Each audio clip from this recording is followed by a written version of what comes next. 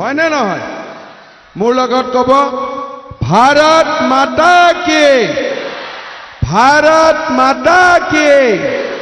Narendra Modi BJP জয় জয় শ্ৰীৰাম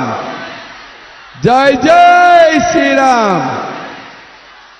এই মাহত বিহু নাচিবি নেকি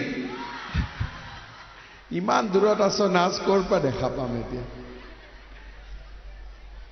ইয়াততো নহব ঠিক আছে দে পিছত একবাৰ চাই যাম আজিৰ সভাত আমাৰ মাজত উপস্থিত লামডিং সমষ্টিৰ বিধায়ক শিবু মিশ্ৰ ডাঙৰীয়া এই তই এইফালে আহি নাচিবি এই মাহত ইয়াদা এই মা এই বিহু মা এইফালে আহি যা লাষ্টত চামা আহি যা এইফালে আহি যা এবাৰ বিহু চালে ভালেই লাগিব হয়নে নহয় ঠিক আছে আমাৰ লামডিং সমষ্টিৰ বিধায়ক শিবু মিশ্ৰ ডাঙৰীয়া দেৱাশিষ গুপ্তা ডাঙৰীয়া জিলা সভাপতি অনুপ দেৱ ডাঙৰীয়া স্বস্তিকা ৰোড মজুমদাৰ ডাঙৰীয়ানী অনিমেশ মিশ্ৰ নেত্ৰৰঞ্জন মহন্ত মীৰা মিশ্ৰ সংগীতা মুদৈ বিন্দ্ৰা দাস পাপু দে বংকিম চক্ৰৱৰ্তী চান্দু দাস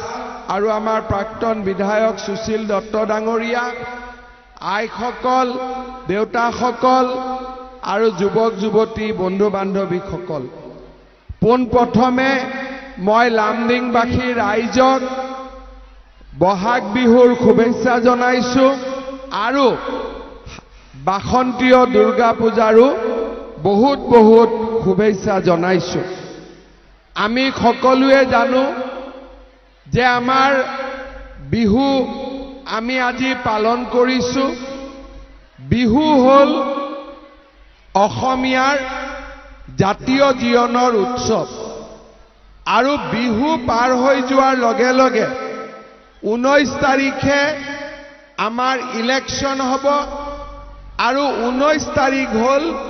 গণতন্ত্ৰৰ উৎসৱ অৰ্থাৎ এক সপ্তাহৰ ভিতৰত আমাৰ ইয়াত দুটা উৎসৱ আমি পালন কৰো শ্ৰদ্ধা ৰাইজ আপোনালোকে জানে যে আমাৰ এই ইলেকশ্যনত বিজেপি জিকিলে সব বহি ল'ব নেকি সব বহি ল'ব ধুনীয়াকৈ বহি ল'লে হা বহি ল'লে পিছৰ বিলাক দেখা পাব আমি সকলোৱে জানো যে বিজেপি যেতিয়া ইলেকশ্যনত জিকিব ভাৰতৰ প্ৰধানমন্ত্ৰী কোন হ'ব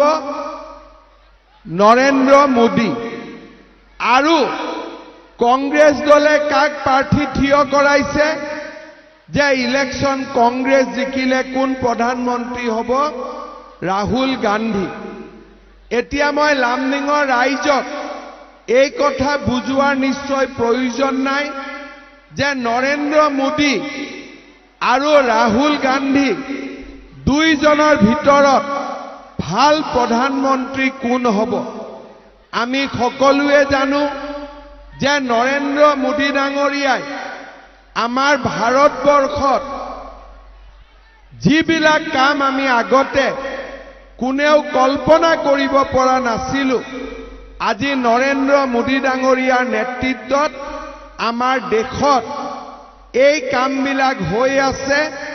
আৰু আগলৈও হৈ থাকিব আমি কোনেও ভাবা নাছিলো ডক্টৰ শ্যামা প্ৰসাদ মুখাৰ্জী তেওঁ জীবন বলিদান দিছিলে যে আৰ্টিকল 370 নোহোৱা হৈ যাব লাগে তেওঁ কৈছিলে আমাৰ ভাৰতত এক নিশান এক বিধান আৰু এক প্ৰধান থাকিব লাগে আৰু শ্যামা প্ৰসাদ মুখাৰ্জী যেতিয়া জম্মু কাশ্মীৰত গৈছিলে যে আৰ্টিকল 370 বিলুপ্ত হ'ব লাগে তেতিয়া জৱাহৰলাল নেহেৰু আৰু শেখ আব্দুল্লাৰ চৰকাৰে তেওঁ কাৰাগাৰত সোমোৱাইছিলে আৰু কাৰাগাৰত বিভিন্ন কাৰণত ৰহস্যজনিত কাৰণত ডক্টৰ শ্যামা প্ৰসাদ মুখাৰ্জীৰ মৃত্যু হৈছিল যেতিয়া শ্যামা প্ৰসাদ মুখাৰ্জীৰ মৃত্যু হল ভাৰতীয় জনতা পাৰ্টিয়ে প্ৰতিশ্ৰুতি